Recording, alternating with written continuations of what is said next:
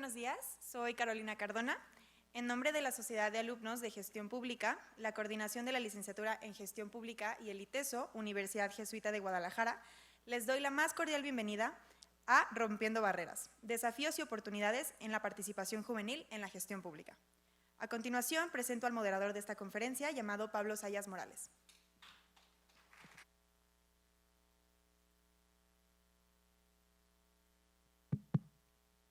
Hola, buenos días a todos. Para comenzar, les voy a presentar a las personas que nos acompañan en este panel, porque me parece que es importante entender quiénes son las personalidades que nos van a hablar. En ningún orden en particular, les quiero presentar primero a solamente el orden en el que lo hago, ¿verdad? La doctora Esmeralda Correa, quien es doctora en Ciencias Sociales, miembro del Sistema Nacional de Investigadores, fundadora y coordinadora de la Cátedra UNESCO de la Juventud, profesora investigadora del Departamento de Políticas Públicas del CUSEA, me imagino. Y también ha escrito artículos y ha sido coautora de varios libros. El más reciente, publicado en 2022, Repensando las Juventudes, Instituciones, Prácticas Sociales y Violencias. Les presento también a María Fernanda González, quien es pasante de la licenciatura en Relaciones Internacionales por la Universidad de Guadalajara. En 2019 inició como voluntaria en la organización FM4 Paso Libre. Participó en el área de atención jurídica y se especializó en la vinculación laboral de personas solicitantes y refugiadas durante su colaboración en el programa de integración local PIL en el área metropolitana de Guadalajara del ACNUR. Se ha desenvuelto como traductora voluntaria en la Feria Internacional del Libro de Guadalajara, así como en la propia asistencia a personas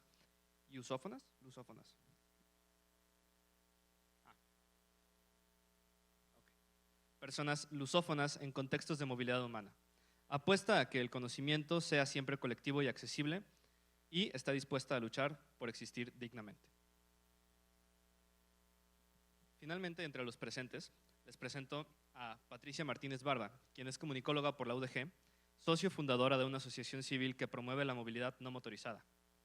Tiene experiencia directa en periodismo, comunicación social y gestión de proyectos.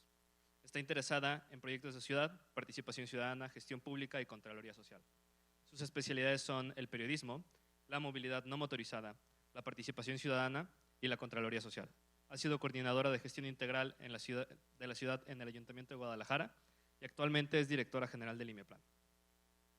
Dicho esto, este panel tiene un objetivo muy específico y es que queremos platicar con estos ponentes sobre cómo se relaciona la gestión pública con la juventud, específicamente en cuanto a qué aportan los jóvenes a la gestión pública.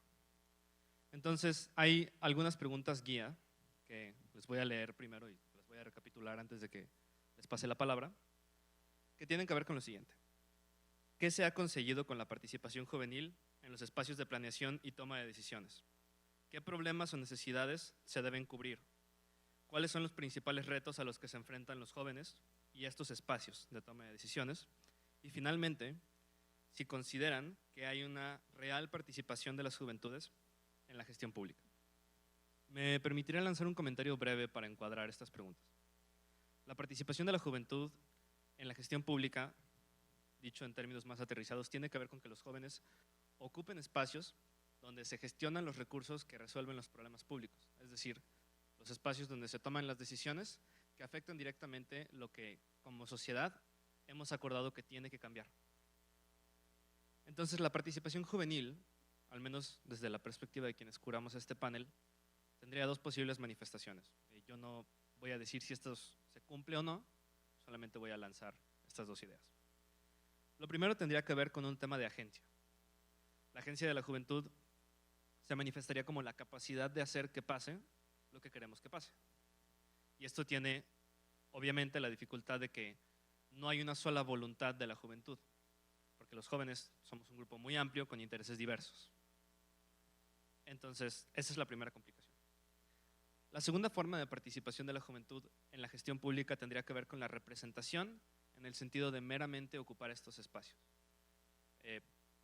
Por ejemplo, esto no es gestión pública en estricto sentido, pero el que estemos aquí reunidos hablando de estos temas sí tiene que ver con esa dirección. Entonces, es una manera muy clara de ilustrar la segunda forma en la que entendemos la participación.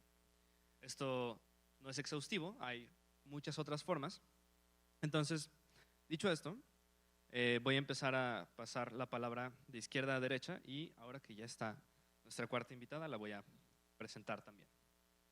Un segundo.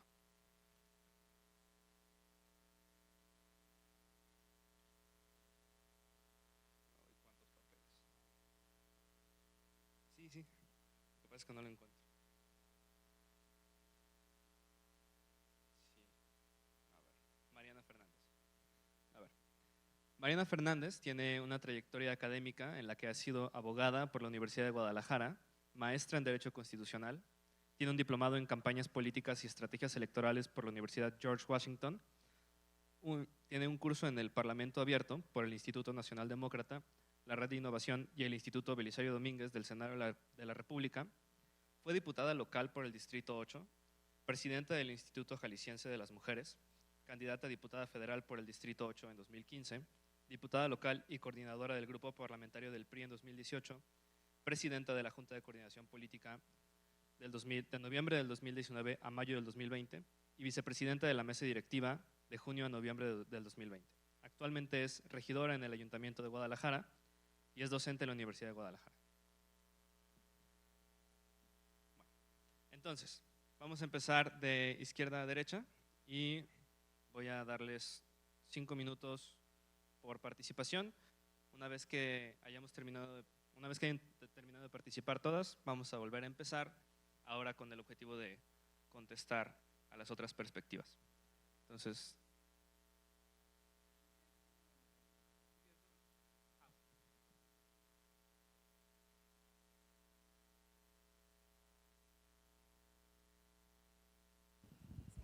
¿me escucha? Ya, súper. Muy bien. Hola a todos, todas las personas. Es un gusto pues poder estar en este tipo de espacios. La neta es que yo hablo de manera muy informal porque me parece, como ya lo decían, que para mí la información siempre debe ser accesible, entonces probablemente me escuchen decir neta, chido, chévere, y así es como yo logro comunicarme. Y también me parece de verdad increíble que esta mesa esté conformado por morras. Y justo en la mañana estaba pensando que a veces es como, no recuerdo qué noticia estaba escuchando, ¿no? Y como la incorporación de las mujeres en como espacios públicos, pero pues no queremos ser parte de una cuota porque entonces así les están obligando de que tiene que haber mujeres y personas de la disidencia sexual, sino porque realmente merecemos estos espacios, ¿no? No es como que nos estén regalando algo, sino es que nos deben años y años y años de participación y de reconocimiento. Después de este discurso, comienzo a responder las preguntas y justo en esta parte de qué se ha conseguido con la participación juvenil. Para mí es súper importante también comenzar a definir qué entendemos por juventudes, porque a lo mejor yo entiendo una cosa y Esmeralda entiende otra y Patti puede entender otra y así Mariana, cada quien tiene como su perspectiva de la juventud.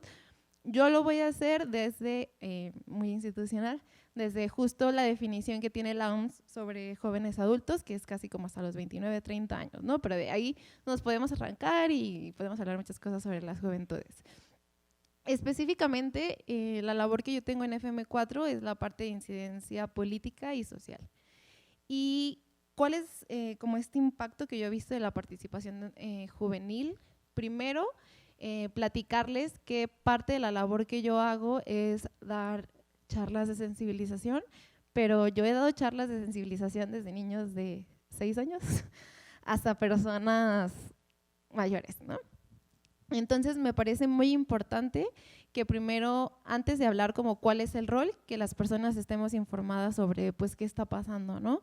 Entonces, lo que yo he visto desde mi perspectiva es que una vez que las personas desde muy temprana edad comenzamos a tener esta información o en este debate interno de qué es lo que está sucediendo y conociendo otras realidades, a partir de eso también podemos dibujar de qué manera podemos tener esta incidencia, dependiendo de que si nuestra formación decide ser súper política y social, de qué manera podemos incidir en estos espacios, ¿no? De manera específica, ¿cómo es que esto tiene un efecto en la planeación y toma de decisiones? Algo que a mí me parece súper importante hablar también de la participación de las juventudes, y se los voy a compartir considerándoles un espacio seguro y desde una experiencia personal, Bueno, yo les comparto que yo tengo 26 años, pero yo empecé mi primer trabajo formal a los 17 y yo comencé a chambear desde los 14 años.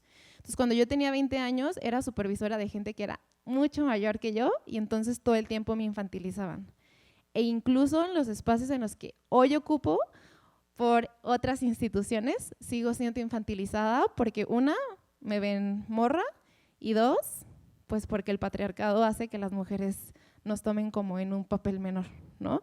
Entonces, me parece importante también recalcar que sí las juventudes estamos en otro contexto, pero no por eso nuestra voz o nuestra opinión tiene que valer menos, ¿no?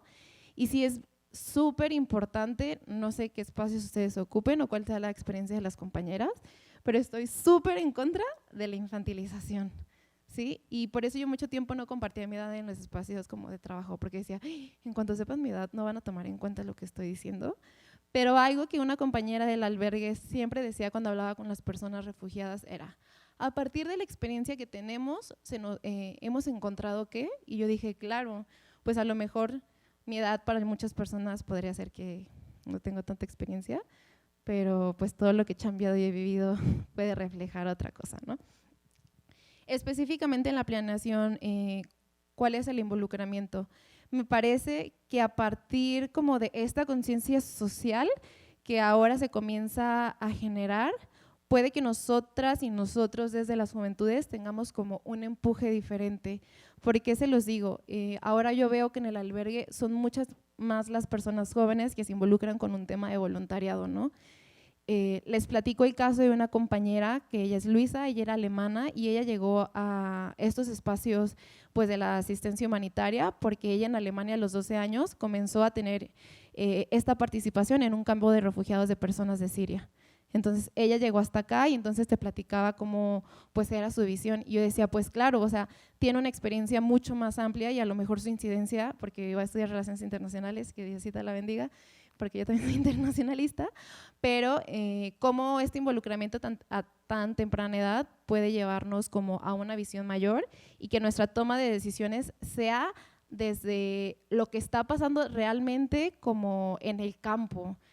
Les platico esto porque muchas de las decisiones o de las conversaciones que nosotras tenemos con otros actores institucionales es como, no sé, necesito que me compruebes que se utilizaron esos 2 vasos y cuántas personas tomaron de esos 2 vasos.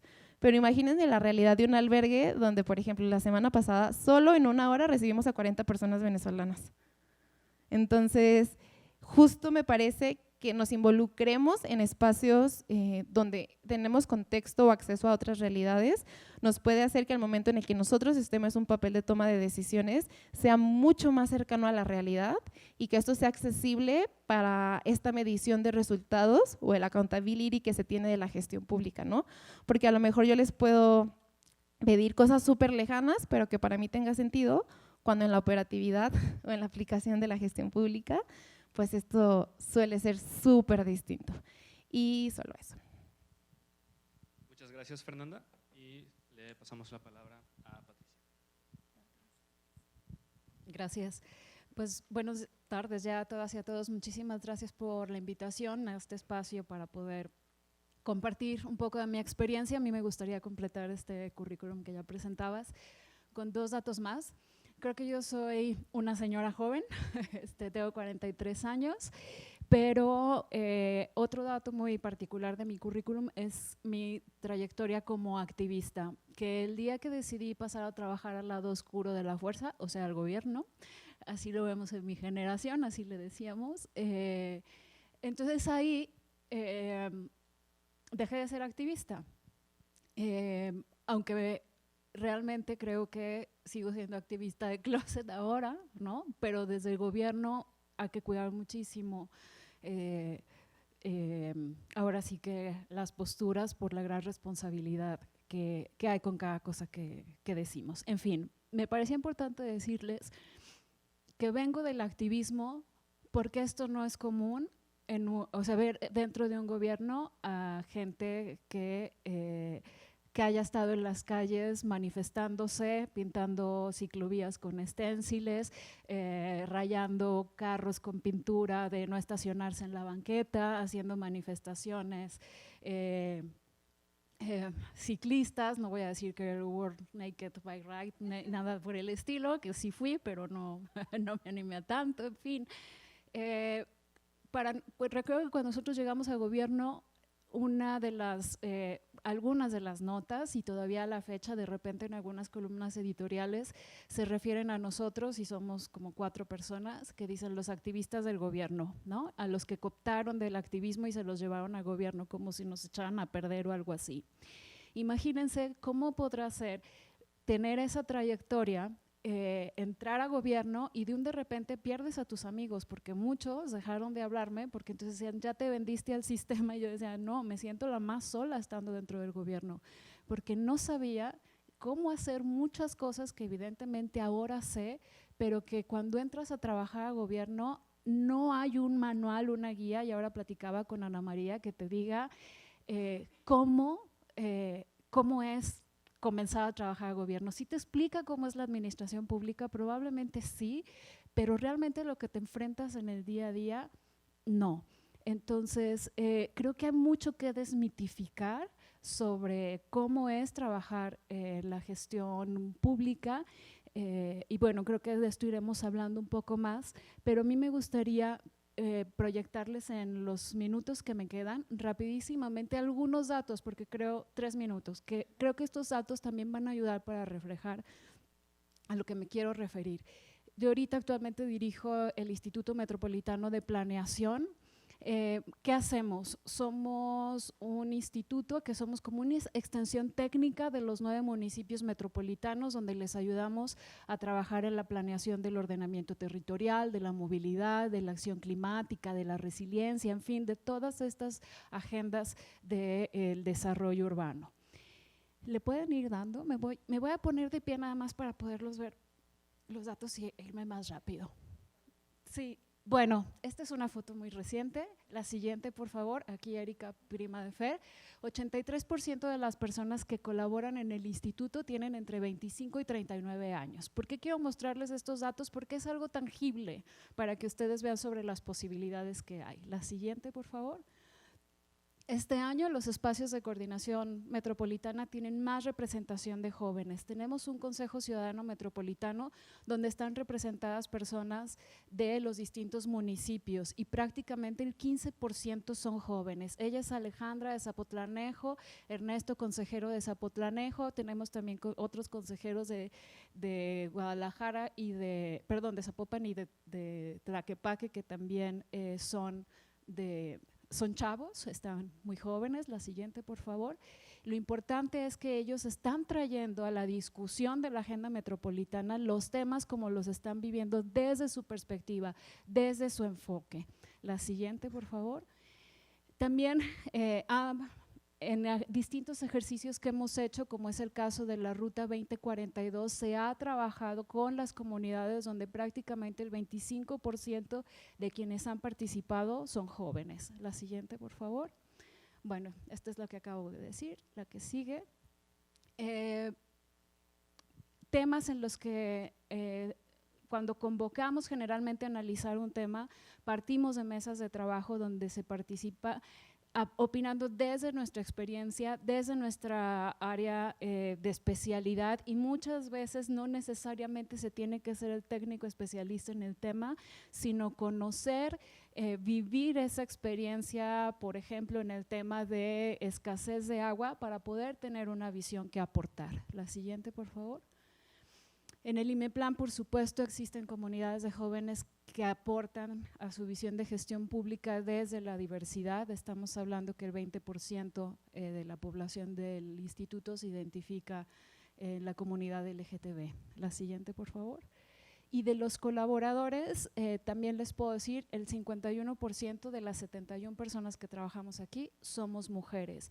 Y de los 8 cargos directivos, 7 están ocupados por mujeres. La siguiente, por favor. Las infancias, pues evidentemente también es un tema que nos interesa, digo, en tanto que nada de adolescentes estarán estudiando aquí en la universidad y hay que ir considerando, es muy distinto cómo piensan los niños ahora que cómo pensaban hace 10 años, o sea, tampoco hay que irnos tanto tiempo atrás para entender que hay una manera distinta en la que tenemos que abordar las problemáticas. La siguiente, por favor.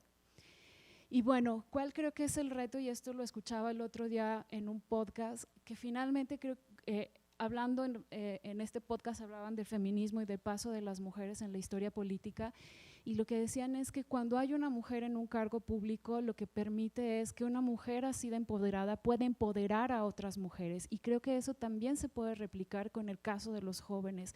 Cuando hay jóvenes en el servicio público, pueden empoderar a otros jóvenes. Y finalmente, creo que algo de, respondiendo a la pregunta de qué aportan los jóvenes a la gestión pública, me parece que por mucho nos ayudan a pensar los problemas de una manera diferente.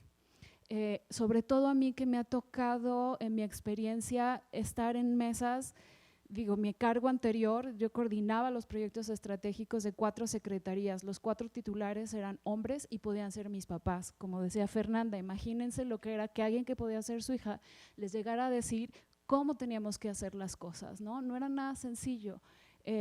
Sin embargo, encontramos una forma de relacionarnos, pero también teníamos, o sea, las mesas de discusión, hacer valer la opinión de alguien joven con una experiencia distinta a la de alguien que ya es mayor, de 50 y tantos años, pero que tiene también otra trayectoria de experiencia. ¿Y cómo encuentras esos puntos donde convergen las opiniones, donde hay entendimiento para a partir de eso poder construir? Entonces, en conclusión, creo que las juventudes lo que nos aportan es a plantearnos las problemáticas de una manera distinta, pero también encontrar soluciones de una manera muchas veces disruptiva y muy necesaria. Muchas gracias. Ahora le cedo la palabra a Esmeralda. Bueno, pues muchas gracias. Gracias, chicos del comité organizador. Todo les está quedando muy padre, por lo que veo son muy ordenados. Tuve una muy linda bienvenida y estuvieron todo el tiempo pendientes de que yo tuviera la información necesaria. Por eso, gracias. Yo represento la Cátedra UNESCO de la Juventud en la Universidad de Guadalajara. Esta cátedra tiene 14 años trabajando. Y como tengo todo este tiempo trabajando con jóvenes, pues no he sentido que rebasé los 40. Creo que eso le pasa a los juvenólogos. Cuando trabajamos como jóvenes perdemos la percepción de nuestra edad y creemos que todavía estamos del lado de la alegría. Y bueno, ahorita mientras escuchaba a las compañeras pensaba en mis hijas que siempre dicen que soy una hater, que le tiro caca a todos los lugares que voy. Y ahorita las escuchaba a ellas y decía, pues son súper positivas, pero, y por eso me daba un poco de vergüenza hablar yo, porque entonces yo estoy en el otro polo, la súper negativa. Pero la realidad es que ustedes aportan mucho, o sea, si la pregunta es ¿qué aportan los jóvenes a la gestión? Pues un chingo, ¿no? Esa es la realidad. Pero si la pregunta es ¿tienen posibilidades de aportar a la gestión? La respuesta es no tanto. ¿Sí? El escenario juvenil en México no es muy alentador. ¿Sí? Ahorita tenemos una reforma interesante que presentaron a nivel nacional en donde se bajaron ligeramente los topes de edad para ser candidato a diputado. Ahora ya pueden ustedes ser diputados desde los 18 años, antes la Constitución planteaba desde los 21. Ahora pueden ser secretarios de Estado a nivel federal desde los 30, antes la Constitución planteaba los 35. Y ustedes dirían, pues qué chido, o sea, ya puedo ser diputado a los 18. Y yo les diría, pues sí, pues sal, ya te quiero ver de diputado. No es así de fácil. Las reformas constitucionales o las reformas legales son solamente un punto de partida, ¿no? Y ese punto de partida, claro que sirve, o sea, tampoco lo estoy diciendo que es una basura el punto de partida. O sea, claro que las reformas a la Constitución, a las leyes secundarias, a los reglamentos, etcétera, claro que son como un orden que que nos va a permitir al menos tener una protección y decir mínimo legalmente no me están poniendo el pie, mínimo legalmente ya me están diciendo que a los 18 puedo ser diputado, ¿sí?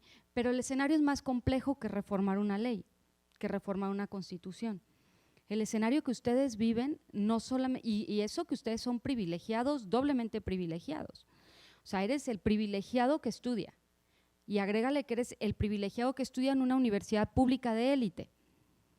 O sea, eres doble privilegiado y con todo eso vengo y te digo que no la tienes fácil, porque el mercado laboral privado es difícil, pero el mercado laboral público es peor. Entonces, claro que tenemos un escenario nada favorecedor para ustedes como jóvenes. Ahora, cuando ya estás inserto, pues claro que haces un montón de cosas. Cuando ya estás dentro, pues el escenario es muy chido porque ustedes tienen una visión completamente diferenciada de la que tenemos los adultos, ¿no? Y para eso hemos creado los juvenólogos algunas palabritas que incluso ya tenemos ahí al dedillo para decir, ¿no? Que la gestión pública es adultocéntrica. ¿Qué es lo que pasa con ustedes? Bueno, digo yo, ya está reformada la ley, pero ¿qué es lo que ocurre? Y sin ningún afán de poner en contraposición a los viejos de los jóvenes, porque pues finalmente yo ya estoy vieja y no quisiera ponerme en contraposición con ustedes, ¿no? O sea, no lo intento hacer, sin embargo esa es la realidad, eso es lo que dice la ciencia, eso es lo que dicen los estudios. Lo que dicen los estudios es que los adultos no quieren soltar el hueso.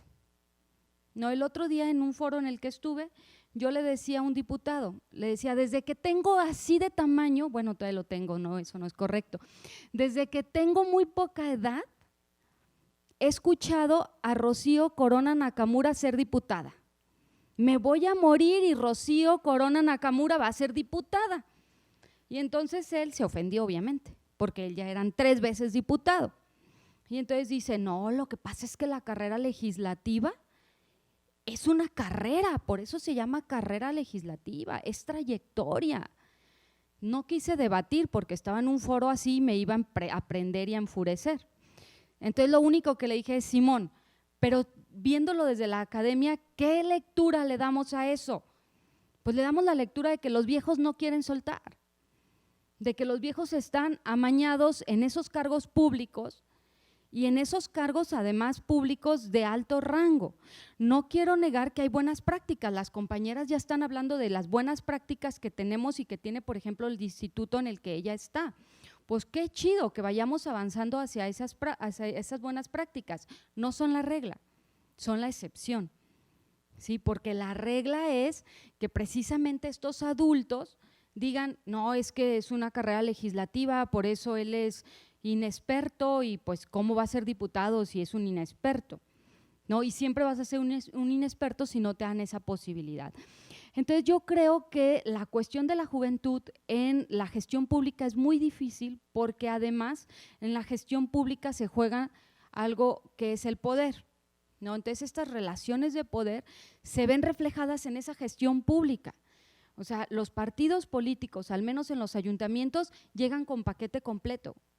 El paquete completo es todos los que me ayudaron en campaña y a los 3 años llega otro paquete nuevo y cada 3 años se renueva y a nivel estatal y federal es un poco menos, pero también cada 6 años se está renovando el paquete y ese paquete tiene que ver con un juego de poder.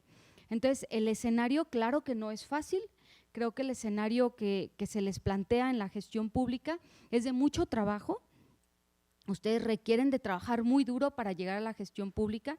Lo que sí es importante resaltar es que llegando a la gestión pública hacen cosas padres. Esta reforma que les digo, la hicieron jóvenes, ¿sí? A nivel federal, y lo chido es que lo hicieron incluso jóvenes de todos los partidos políticos. Creo que intervino PRI, PAN, Morena, no sé quién más, pero se juntaron los chavos y dijeron, en lugar de partidos políticos vamos haciendo ronda juvenil.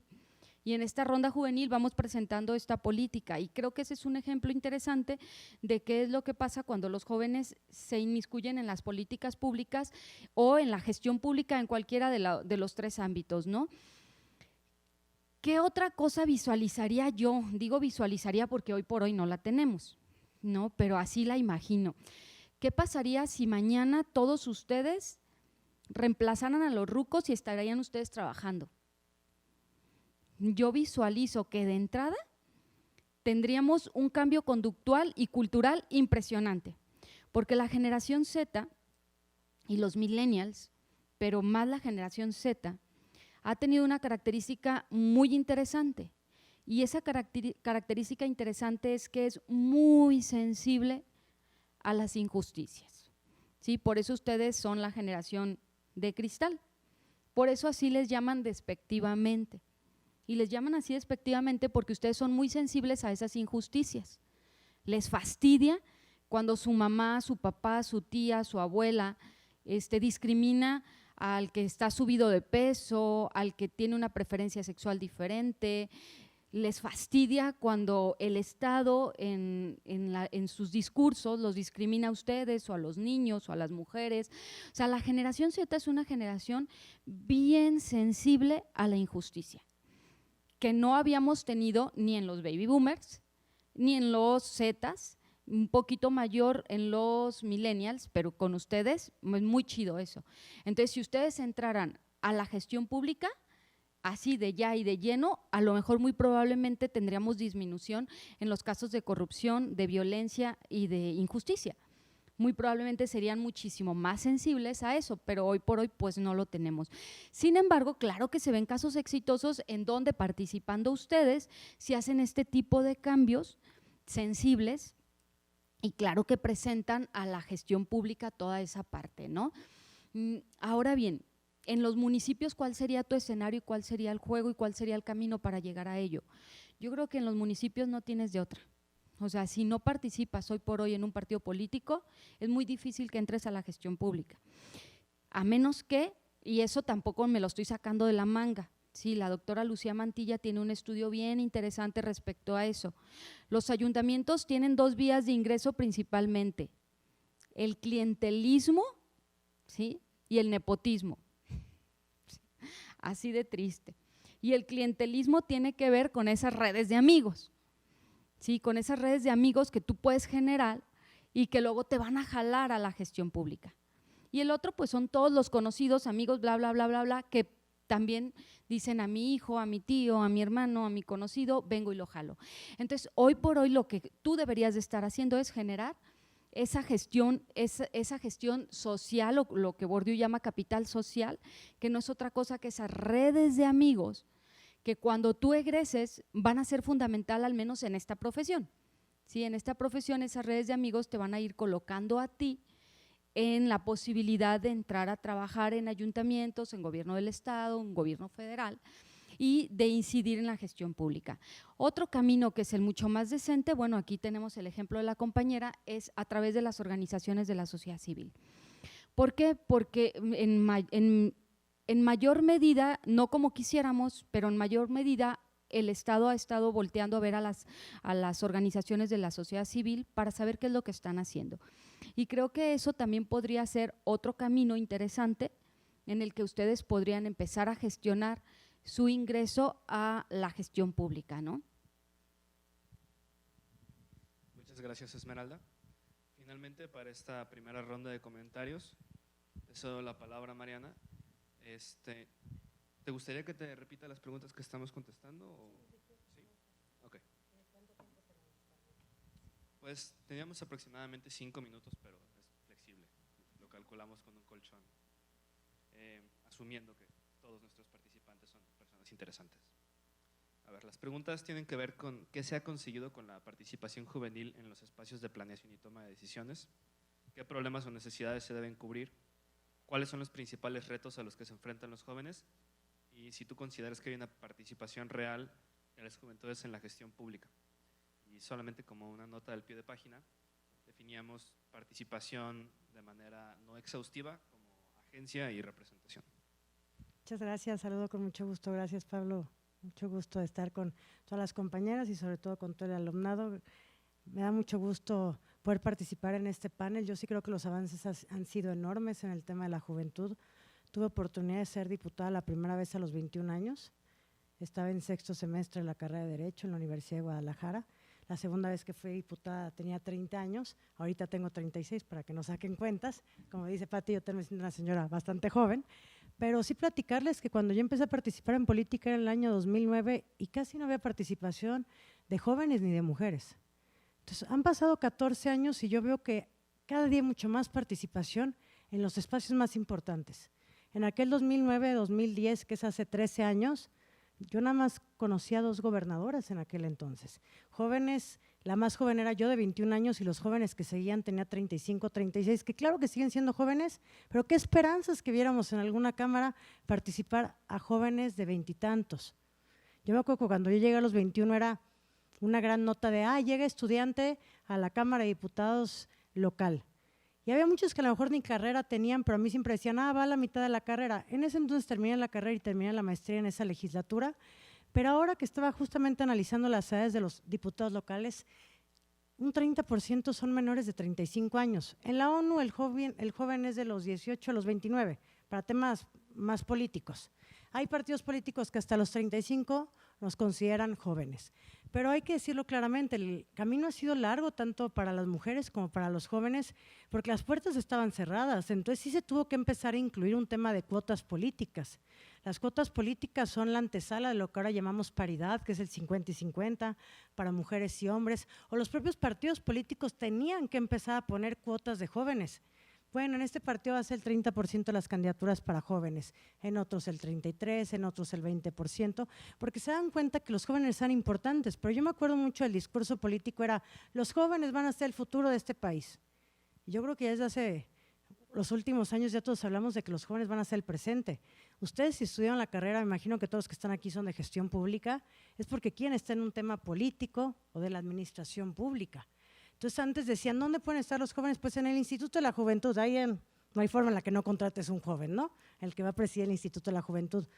Pero no, la verdad es que ahorita los jóvenes sí son alcaldes, los jóvenes sí son diputados, ahorita pueden ver que hay un montón de diputados de todos los partidos políticos, tanto en Jalisco como en la Cámara Federal, que muchos son menores de 35. Esmeralda hablaba de esta gran reforma, donde para ser diputado se requería 21 años, tener la nacionalidad mexicana, y ahorita este año se aprobó que fuera con 18 años, y se armó un gran debate entre todos los partidos diciendo, oye, pero los 18 años están suficientemente maduros, capacitados, tendrán ya una carrera. Pues al final es un tema de representación, porque puedes tener 50 años y tampoco tener una carrera universitaria y representar un sector importantísimo como los indígenas o los agrarios o cualquier otra persona que a lo mejor no tuviera una carrera, pero representa algo importante en nuestro país. Entonces, ahorita vemos que sí, los alcaldes sí son jóvenes, los secretarios de Estado sí son jóvenes, y no solamente por el tema de la reforma de los 18 años. ¿Cuándo nos hubiéramos imaginado en este país tener una secretaria de Gobernación de 35 años, de 36 años? Mujer y de 36 años. La primera que hemos tenido fue Olga la vez pasada y ahorita Luisa María Alcalde, que sufrió muchísimo hater en redes sociales, que si sus fotos en bikini, que si estaba preparado o no, que si tenía las credenciales o no, que si sus papás eran cercanos al presidente. Y la verdad es que es una chava que si ustedes la vieron en los últimos debates que ha dado, es una chava con todas las credenciales, independientemente del partido político, que aquí no vamos a hablar de partidos políticos.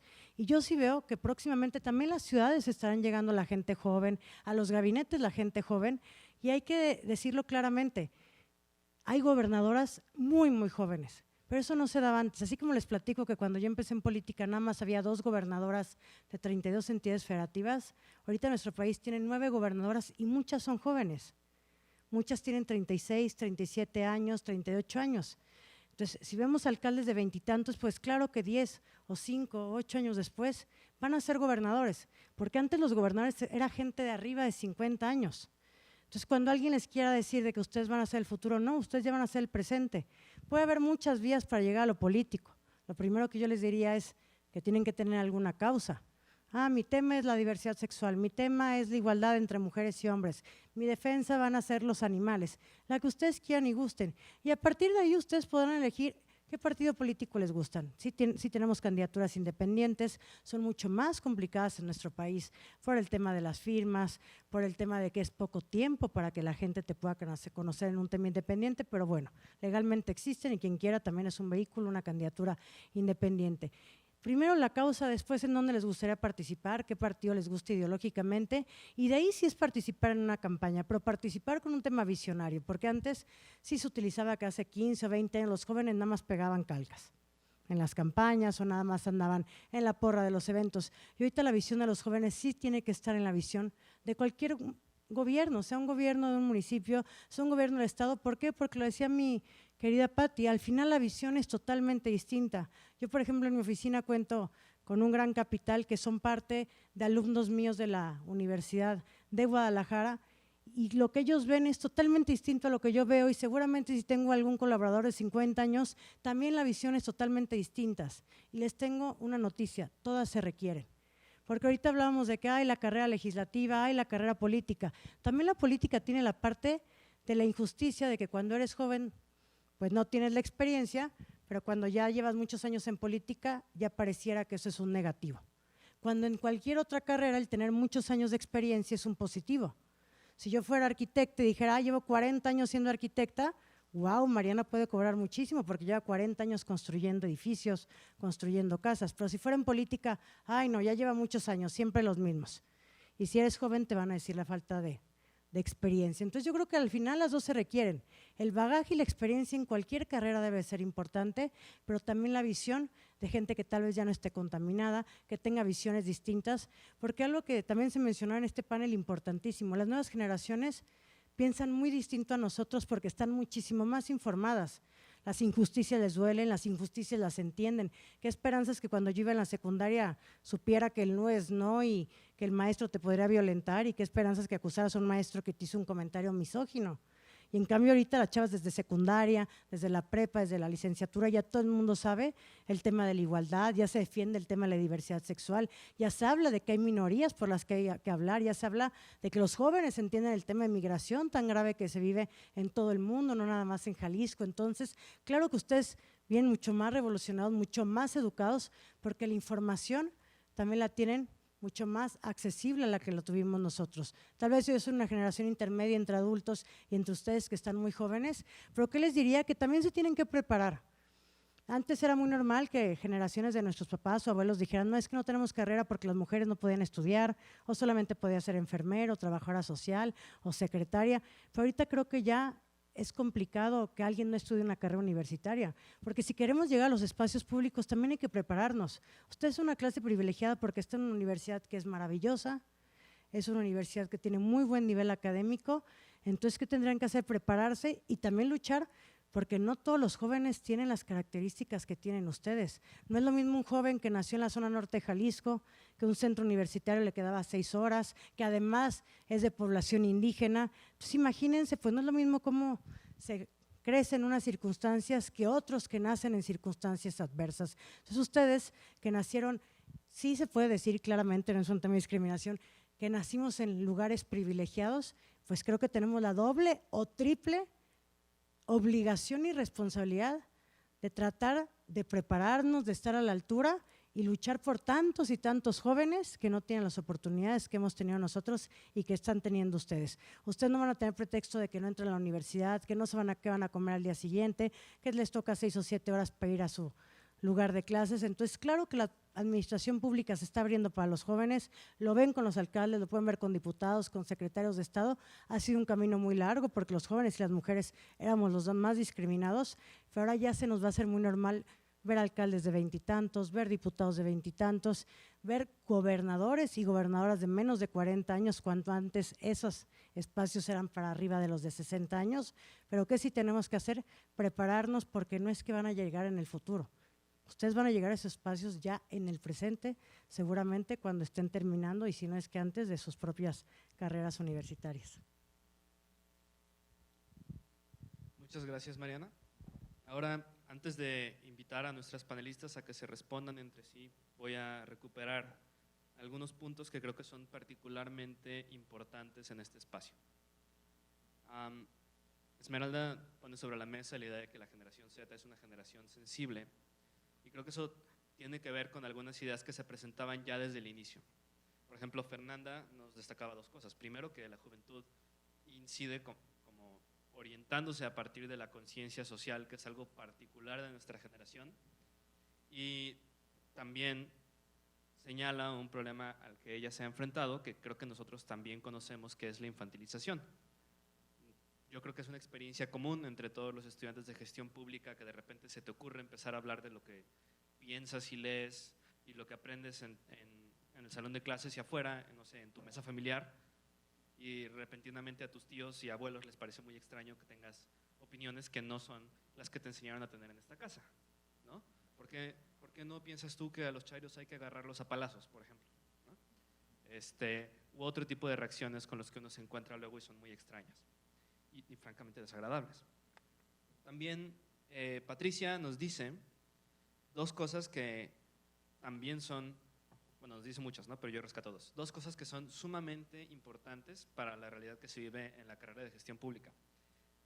Lo primero es como este miedo moral de, bueno, y si entro al gobierno me estoy comprometiendo, le estoy vendiendo mi alma al diablo, ¿no? Porque lógicamente nosotros, siendo estudiantes que estamos aquí para aprender a mejorar las cosas, lo primero que hacemos es buscarle pelos a la sopa, ¿no? Decimos, bueno, ¿qué es lo que no está bien? Entonces es lógico que tengamos esta visión y creo que es importante reconocer esa sensación. Y también nos dice, bueno, las mujeres, y especialmente las mujeres jóvenes que entran a la política, abren puertas para otras mujeres, ¿no? Esmeralda dice, ¿qué pasa con lo negativo? Y es algo con lo que me identifico a nivel personal, ¿no? Yo suelo ser alguien que se va más por el lado de las críticas, y nos dice dos cosas que nos preocupan mucho. Primero, el mercado laboral es difícil, y segundo, y creo que esto tiene que ver con la naturaleza de la política en general, los casos de éxito son la excepción y no la regla, y esto tiene que ver con que la participación política en México es a grandes rasgos representativa y no directa, ¿no? O tampoco participativa, ya en el sentido más técnico de la palabra. Y nos dice, el escenario no es fácil porque es un escenario donde se está jugando el poder. Finalmente, Mariana hace algo que a mí me llama la atención, que es, primero nos dice, para poder armarla necesitas una causa, ¿no? Yo entiendo eso, me imagino, sin haberlo hecho, que es muy difícil llegar lejos si no tienes algo que te mueva. Y también nos presenta un mapa que es algo que hace Esmeralda, y ahí hay dos visiones sobre las distintas puertas de entrada que hay para la gestión pública. Dicho esto, me parece que han hecho un gran trabajo respondiendo las preguntas que teníamos. Entonces voy a añadir algunos temas para provocarlas a que respondan a ellos. Lo primero es que la distribución del poder en la sociedad tiene que ver, y no es solo ello, pero sí tiene que ver con la distribución de la riqueza. Y creo que los jóvenes naturalmente la tenemos en contra. ¿Por qué? Porque si llevas más años trabajando, probablemente tienes más dinero. Si tienes más dinero, probablemente tienes más agencia. Entonces, eso es algo que nos dificulta las cosas un poco y hay que reconocerlo. Si eres joven y tienes dinero, lo más probable es que lo tienes porque tus papás lo tienen. Entonces, eso tiene que ver con todos los jóvenes que forman parte de nuestro grupo, pero que no están aquí porque no tienen acceso a este espacio. También creo que en Guadalajara es particularmente importante el tema de la vivienda, ¿no? Todos decimos, yo sería más feliz si no pudiera o si no tuviera que vivir con mis papás, pero no existe la alternativa, ¿no? Las viviendas accesibles de 400,000 pesos son prácticamente una leyenda urbana. Y finalmente, y en una nota más oscura, Jalisco es un estado particularmente peligroso para la juventud, ¿no? Hemos tenido casos como la desaparición de los estudiantes de cine hace ya unos meses y recientemente la desaparición de los jóvenes en Lagos de Moreno, ¿no? Entonces creo que estos son temas que nos señalan, digamos, el adversario, ¿no? Si quisiéramos usar una retórica populista, el enemigo está ahí y yo lo plasmo con estos tres símbolos. Y bueno, lo pongo sobre la mesa para provocarlas y les cedo la palabra. Les aviso que a las 2:30, ahorita son las 2, voy a abrir una ronda de 5 minutos de preguntas, independientemente de quién está participando, para que el público pueda expresar sus inquietudes. Entonces tenemos aproximadamente 7 minutos por persona, ya algo más amplio, ¿sí? Ok, empezamos contigo, Fernanda.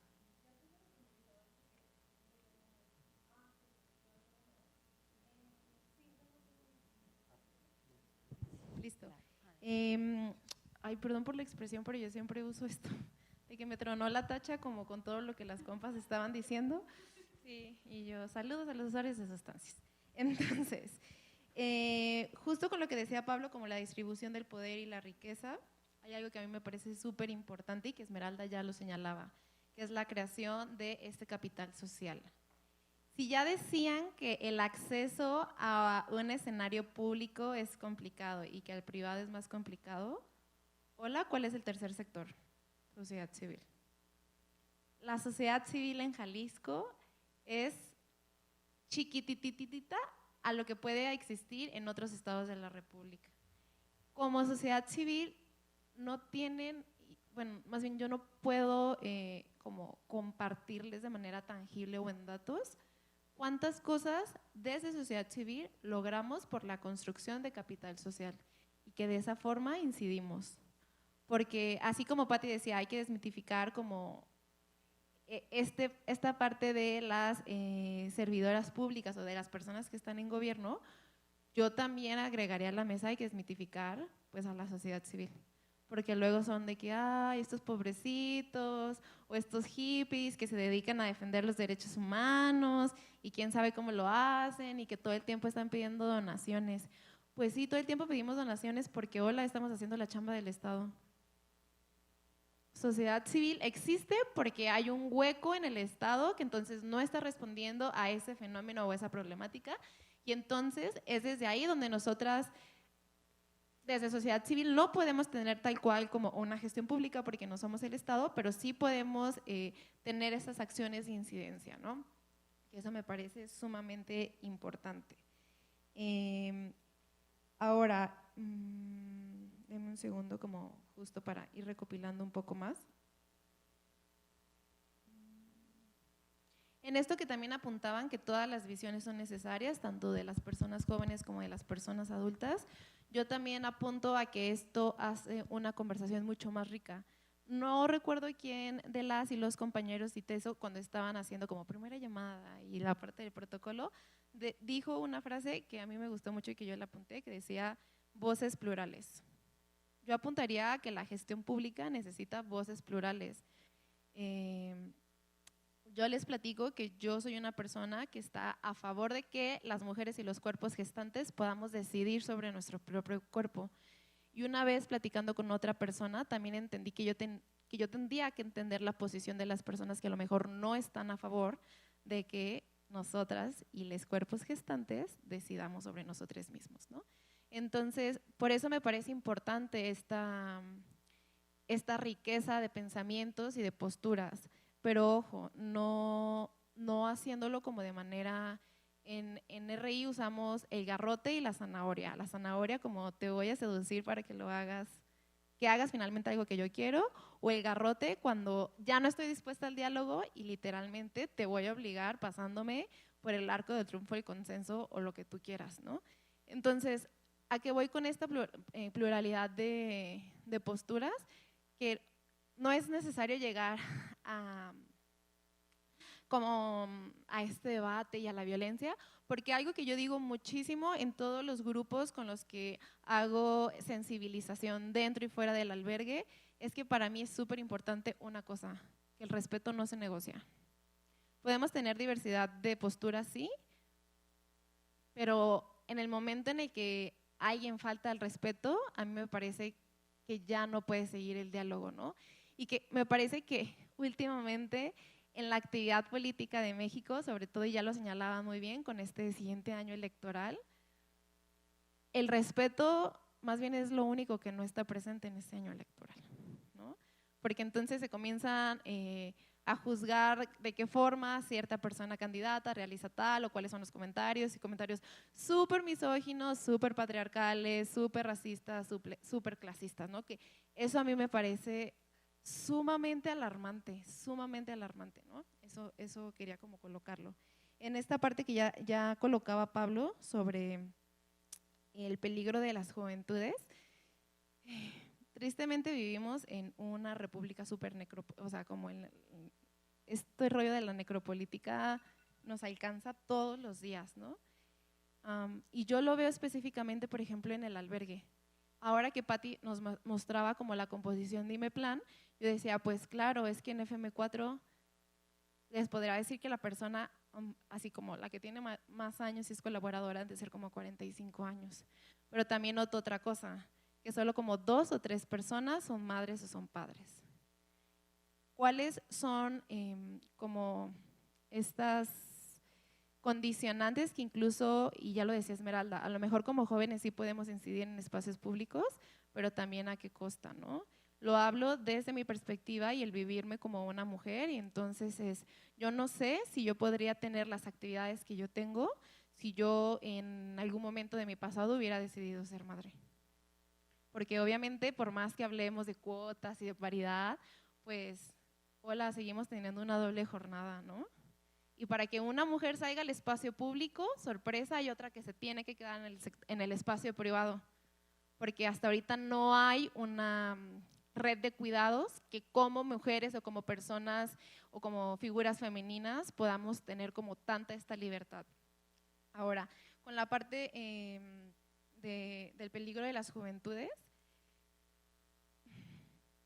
lo veo específicamente cuando yo hablo con las personas que están en contexto de movilidad, y les puedo platicar que los rangos de edad que atendemos en hombres son entre unos 12 años hasta 59, y en mujeres son entre unos 15, 16 hasta 45. Y sobre todo en los casos más jóvenes es, compañero, ¿usted por qué salió de su país? Ah, porque la pandilla me quería reclutar. Tanto podemos tener como estos espacios para la participación pública, pero ojo, también somos vistos como un target para toda esta parte de la criminalidad, ¿no? Ojo ahí con los niños soldados, por ejemplo. Entonces, siento que aquí hay como dos caras. Sí queremos a la juventud, pero ¿en dónde la queremos? ¿En estos espacios de la criminalidad? Porque entonces, y las compañeras ya lo apuntalaban súper bien, el tema del privilegio a mí me parece súper importante.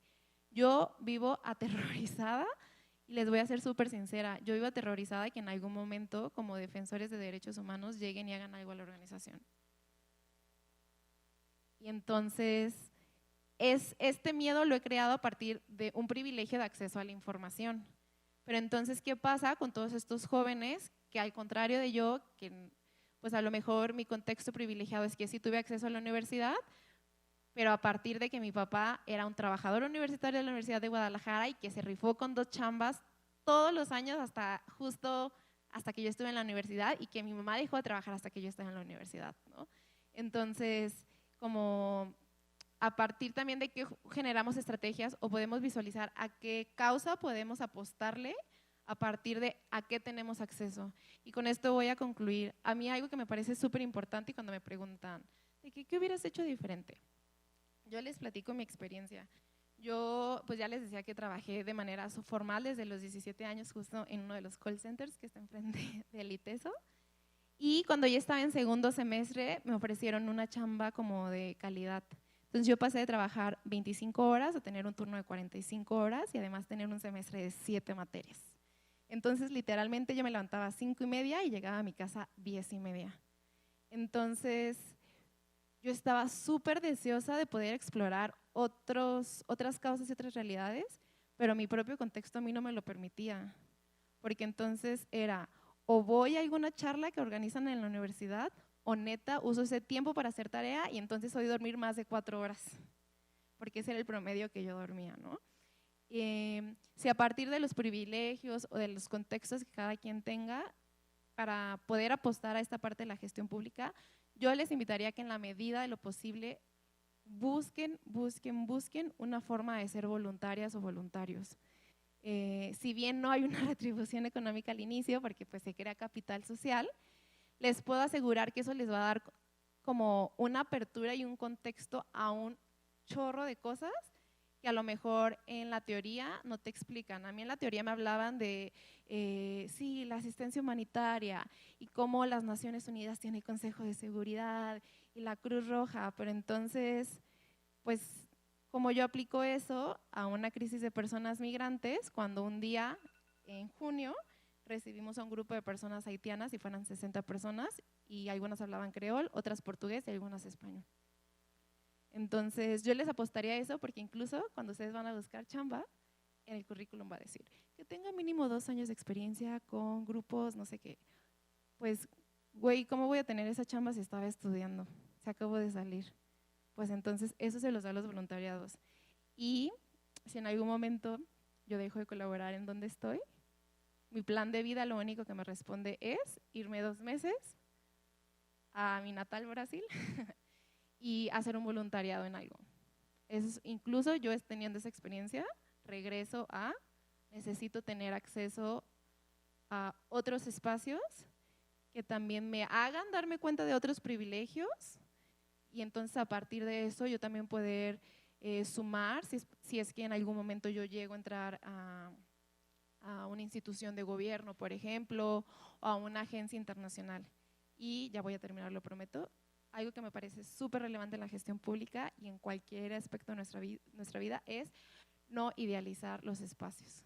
No idealizar los espacios y no idealizar los espacios, porque entramos con esta idea de que sí, yo en las clases vi que el proceso de la gestión pública y la comprobación de recursos, y cuando llegas te das cuenta que es súper distinto a lo que te enseñaron en el libro, te va a dar neta el domingo de bajón, pero por meses, como qué onda. Entonces, sé que es difícil no idealizar, pero inténtenlo y muchas gracias. Gracias, Fernanda. Patricia. Muchas cosas que decir. Voy a hilvanar con esta y sí creo que hay que moderar la expectativa. Quizá a diferencia de Esmeralda, que coincido con los planteamientos que hace, pero también me parece responsable decirles que sí hay un como sí también, ¿no? ¿Y a dónde voy? Creo que cuando me refiero a moderar la expectativa, tiene que ver también con, si ustedes quieren trabajar en el sector público, si les interesa desarrollar políticas públicas, implementar programas, demás, trabajar en gobierno, en pocas palabras, hay que ir conscientes de que hay que trabajar con un mínimo nivel de frustración, porque no siempre las cosas van a ser como nosotros queremos, esperamos, estudiamos y creemos que es lo ideal. Mi experiencia, cuando yo llegué a trabajar a gobierno tenía 33 años, no pertenecía a ningún partido político, no pertenezco a ningún partido político, no me ha tocado hacer campaña, como contaba ahora Mariana, solamente debatimos en algún momento, nos tocó, porque las dos éramos candidatas a diputadas plurinominales y fue muy divertido para mí esta experiencia, no me había enfrentado a este lado de la política.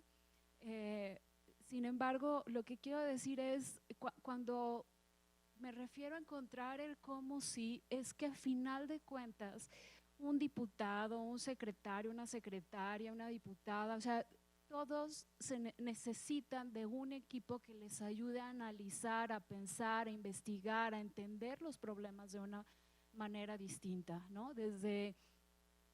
Porque no todos somos especialistas en los temas, ¿no? Y se requiere de equipos que estén continuamente haciéndonos llegar de la información, de datos, de otras experiencias que nos permitan incluso llevarlas a las mesas donde se toman las decisiones para decir, a ver, tenemos que considerar como estos distintos escenarios, estas distintas realidades, para que quienes vayan a tomar las decisiones tengan la información de una manera oportuna, lo más realista posible. Y voy a ponerles un ejemplo que quizás como muy, les va a parecer a lo mejor como muy sencillo, pero justo de este tema de cómo luego se idealizan los espacios de trabajo. En algún momento me tocó, ustedes conocen mi macro periférico, tienen aquí afuera una estación. Estábamos en una mesa donde se estaba decidiendo cómo iba a ser el diseño de las estaciones. En una mesa en la Secretaría de Infraestructura y Obra Pública. Está por demás que les diga que la mayoría eran hombres, que la mayoría eran ingenieros, sí había varios arquitectos y que mujeres creo que éramos 3. Y bueno, los casos súper trillados, ¿no? La que administraba los dineros, la asistente, y pues yo ahí jefa del secretario de Obra Pública. Y entonces cuando empiezan a hablar del diseño de las estaciones, decían, vamos a poner una lámina que va a tener unas perforaciones porque esto es muy fácil de limpiar, ¿no? La verdad es que yo no soy especialista en temas de género, tampoco soy arquitecta, o sea, no, mi formación no tiene nada que ver con el diseño, pero solo el sentido común me hizo hablar y decir, ojo, una lámina perforada no va a permitir que la gente sea vista. Y entonces ahí se va a generar una cueva de lobos que simplemente va a generar una mayor inseguridad. Necesitamos algo que sea permeable, algo que sea transparente, ¿no? Entonces después la discusión fue, claro, vidrio, pero el vidrio es súper costoso de mantener. Ajá, y la vida de las personas. Si en ese momento no me hubiese atrevido a hacer ese comentario, insisto, desde el sentido común nada más, la decisión, ustedes estarían viendo también otro tipo de estaciones en el macrobús.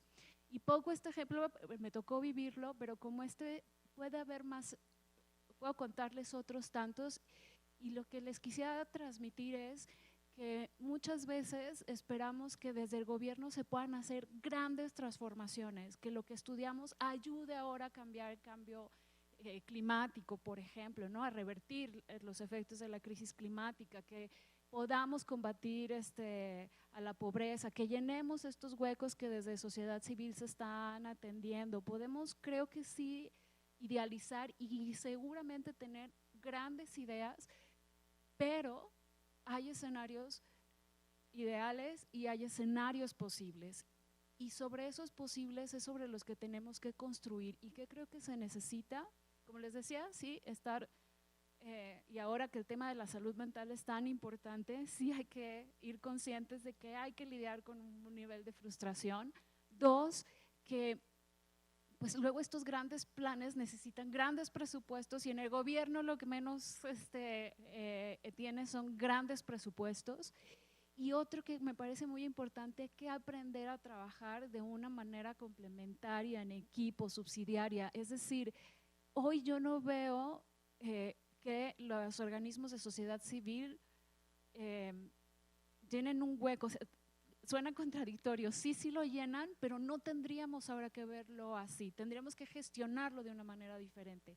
El gobierno no solamente, o sea, los cambios en la sociedad, los cambios en la ciudad no solamente vienen de quienes están en el gobierno, viene de distintos actores y es la suma de la sociedad civil con la academia, con gobierno, con asociaciones vecinales, con todos los que estamos involucrados en que los cambios se puedan dar. Cada quien, evidentemente en mayor o menor medida, pero me parece que hay que cambiar el enfoque y entonces no solamente se construye desde dentro de los gobiernos, también se incide desde fuera de ellos, ¿no? ¿Qué cosas prácticas quisiera transmitirles? No me atreví a decirlo, pero ya lo puso Fernanda sobre la mesa y también lo decía Mariana, hay que tener un ideal muy claro, ¿no? ¿Por qué? Porque al final eso es lo que no te va a hacer que te pierdas. Y otra cosa muy realista que les diría es, en la gestión pública creo que hay que tener también los pies en la tierra. Y ahora que hablan de esta reforma, pero creo que Mariana tiene todas las credenciales para hablar de este tema, pero tiene que ver con qué tan conveniente es que como jóvenes ocupemos cargos públicos por la gran responsabilidad que implica. Yo entré a los 36 años. La enorme responsabilidad que siento todavía, ¿no? O sea, en estos años que he trabajado en gobierno. ¿Por qué? Porque tengo a mi cargo recursos públicos, porque estoy en un cargo donde la gente espera que se resuelvan cosas y está en mis manos que si hay una crisis, por ejemplo, cuando tuvimos la crisis del agua con la presa de Calderón, ¿qué íbamos a hacer para llevarle agua a la gente que vivía en las mesas coloradas donde no podíamos llegar con una pipa porque pues, aquellos viviendas se dieron como asentamientos informales, entonces los caminos no te dan para llegar en una pipa, luego llegabas y te dabas cuenta que la gente no tenía dónde almacenar agua y pues ahí vas tú con una pipa, con una manguera que suelta el chorro a presión y la gente lo que tenía era una cazuela para almacenar el agua y empiezas a ver otras tantas cosas que al final creo que, ya me perdí por contarles este caso, pero El punto es ya, no perder, no perder de vista qué es lo que te mueve, hacia dónde quieres llegar, para que no te pierdas en el ego, para que no te pierdas en la frustración, en la desilusión, o desvirtúes también cuál es tu propósito al querer estar dentro de la gestión pública. Creo que a final de cuentas, lo que quería retomar de Fernanda es, a veces que tenemos que trabajar en algo que nos gusta para ir construyendo experiencia sobre eso que después se va a capitalizar, ¿no? A mí me tocó, o mejor dicho, decidí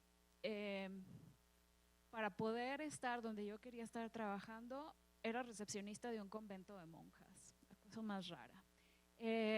Vendía abrigos y vendía ropa, en fin, ¿no? Hasta dulces, pero con eso yo podía tener un ingreso que me aseguraba mi renta en ese momento, que ahora paso a este otro tema de la precariedad. Eso me daba para entonces que yo pudiera mantenerme durante la semana aquí en Guadalajara, rentaba un cuarto, no podía rentar más, no soy de aquí, así que era lo que me permitía en ese momento, mis condiciones para poder estar trabajando donde quería. Y estando en este trabajo que yo quería, un día salió una oportunidad y a quien voltearon a ver era la persona que estaba ahí insistiendo en querer trabajar, ¿no? En ese momento yo quería trabajar en el periódico público y cuando se salió un reportero, voltearon y me dijeron, pues tú vienes aquí todo el tiempo, ya le sabes, ¿quieres trabajar? Sí, adelante, ¿no? Y al final de cuentas es estar preparados porque las oportunidades van a llegar y hay que saber capitalizar nuestra experiencia. Yo no entré a la gestión pública porque haya aplicado con un currículum, porque haya salido una convocatoria. Honestamente, entré a la cuarta vez que me invitaron y fue porque recién había sido mamá y porque yo estaba buscando un trabajo que me permitiera la flexibilidad para poder estar concentrada en la mañana trabajando mientras mi hijo estaba en la guardería y en las tardes poder estar al 100% con él. Y ahí fue cuando puse mis condiciones sobre la mesa y dije, así me gustaría a mí construir. Adelante, me contrataron y a partir de ahí empecé a trabajar con gobiernos. El punto es, no siempre existen estos escenarios que soñamos son con los que vamos a aterrizar en estos trabajos.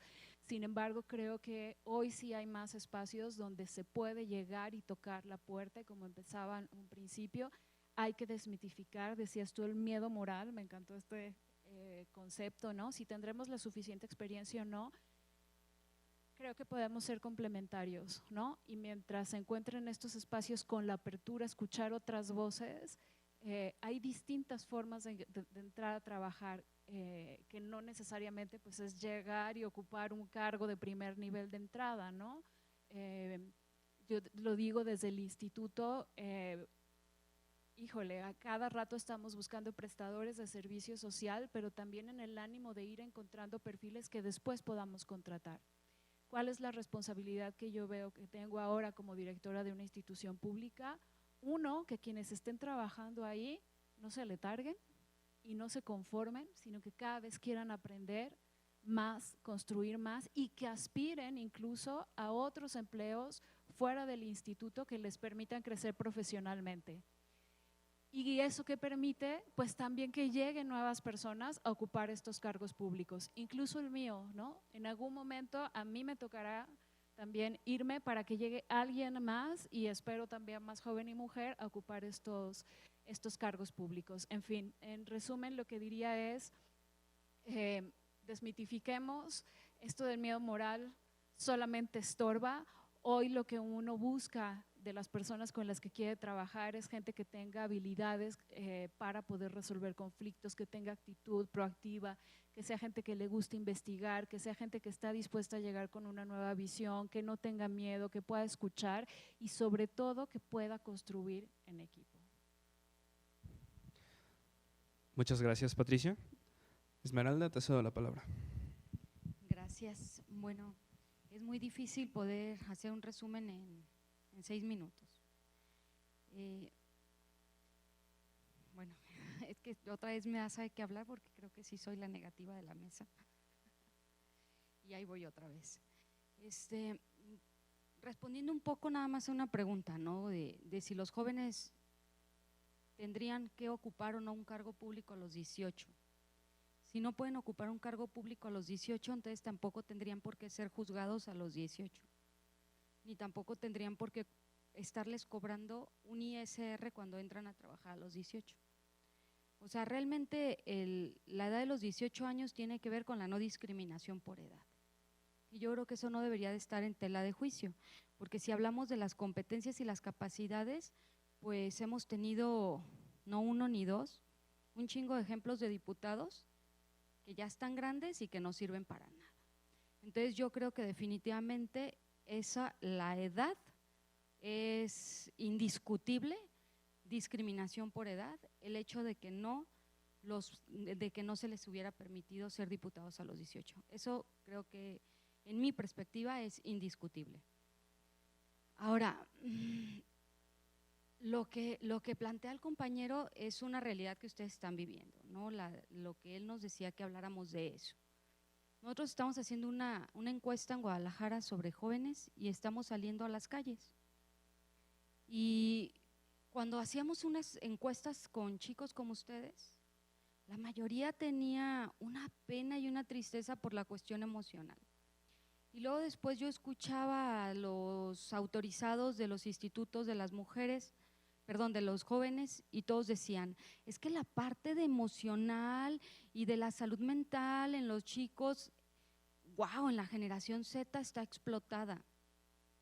Y yo se las creí, pero ándenles que me voy haciendo foros allá por la Jalisco, por el Salto, ¿y qué creen? Les importaba un chile la salud mental, no la tenían ni siquiera aquí. ¿Sabes cuáles eran las cosas por las que ellos se estaban preocupando? Porque su compañero vecino de 10 años, y ahí están las entrevistas que hicimos en los grupos focales, no estoy inventando nada. Los chicos decían, a mí mi preocupación es que un vecinito de 10 años es papá, o sea, niños teniendo niños. Otro decía, a mí mi preocupación es que mi vecinito está en las drogas y tiene 11. O sea, en esa calidad de privilegios, ellos no podían siquiera preocuparse por su salud mental. Ellos estaban preocupados por qué comer y cómo sobrevivir al día. Esto denota que tenemos un montón de pluralidades en las juventudes, ¿no? De hecho, no podemos hablar de juventud, sino de juventudes, porque las juventudes nos reflejan primero una condición social, una condición de ser joven. Esto es teórico, pero la condición de ser joven denota las cosas que los adultos creemos que ustedes tienen que hacer solo por tener cierta edad. Esa es la condición de ser joven. Yo como vieja pienso que ustedes tienen que hacer esto, ¿no? Ahora, hay algo interesante socialmente, la percepción que tenemos de seguir siendo jóvenes. Ahorita escuchaba a las compañeras que decían, soy mamá joven, tengo 36, tengo casi 40. Bueno, acabo de venir de un seminario sobre juventud en donde una mesa completa era la chavorruquez. Una mesa completa era precisamente la extensión de la edad. ¿Sí? ¿Cuál es esa percepción del ser joven? Y esa percepción de ser joven cambia constantemente en cada espacio y en cada tiempo. ¿Sí? Y esa percepción de ser joven no nada más es tuya, sino te la están ensartando las escuelas, las religiones, tan. Y tú tienes que actuar de determinada manera solo porque eres joven, ¿no? Pero bueno, él decía, bueno, nos preocupan varias cosas, una de ellas es la vivienda. Pues sí, la vivienda en Jalisco y específicamente en Guadalajara está por los cielos, y creo que esa sí era una característica en nuestras encuestas que estamos haciendo en casi todo Guadalajara. Creo que sí es una preocupación bien interesante. ¿Cuál es el escenario? Bueno, si dejamos que el mercado siga regulando la vivienda, pues el escenario es que esta es una burbuja. Mañana pasado esa burbuja se va a tronar y otra vez va a regular el precio de la vivienda, ¿no? Yo creo que aquí las preocupaciones que el compañero decía son muy legítimas, pero son preocupaciones ahora sí que de muy largo alcance, que un gobierno de 3 años o 6 años no va a poder resolver. A nivel nacional han implementado políticas intentando resolver la inseguridad y hoy por hoy Jalisco apaga una mala nota de desaparecidos con una peor. Sí, o sea, para olvidar a unos desaparecidos es porque viene una peor en donde vemos al chico matando a su amigo. No, ese es el escenario que tenemos. Claro que también tenemos un escenario positivo, pues si no todo está perdido. O sea, claro que también hay un escenario positivo y que ese escenario positivo pues tendrían que irlo forjando ustedes definitivamente, ¿no? Ahorita que escuchaba sobre las cuotas de género, yo decía, pues sí, pero las cuotas de género, fíjate, 9 gobernadoras, decía nuestra compañera, 9 gobernadoras para ¿cuántos estados? ¿Sí? Y en cuotas, y ahorita que tenemos una cuota de género de 50-50, es que nos están poniendo en los municipios donde no ganamos para cubrir la cuota. Y eso va a pasar lo mismo con ustedes como jóvenes, ¿no? Si hacemos una cuota de juventud, pues los van a poner en las diputaciones que no ganan para cubrir esa cuota. Yo creo que esto es más allá que eso, les decía al inicio, está chido que se hagan las reformas, pero esto es más allá. Yo creo que la problemática que está viviendo hoy por hoy nuestras juventudes tienen que ver con la reestructuración del tejido social. Esa es una y es algo bien importante. Y eso no vamos a llegar a cambiar la situación de las juventudes si no trabajamos con ustedes mismos, ¿sí? Es decir, cuando hablamos de reestructuración del tejido social, estamos hablando de un cambio de percepción de nosotros mismos y de la vida social, ¿sí? De que yo pueda pensar en sí, lo que estoy haciendo con mi vecino es lo correcto, lo que hago con mi novia es lo correcto, y a partir de empezar a hacer lo correcto en la cotidianidad y en la individualidad, empiezo a hacer lo correcto en los espacios públicos, ¿sí? Y luego después empiezo a hacer lo correcto en los espacios en los que yo me desenvuelvo. Entonces el problema de las juventudes es tan profundo que tiene que ver además también con ese discurso que tenemos de la juventud. ¿Cuál es el discurso que el Estado ha tenido constantemente de la juventud?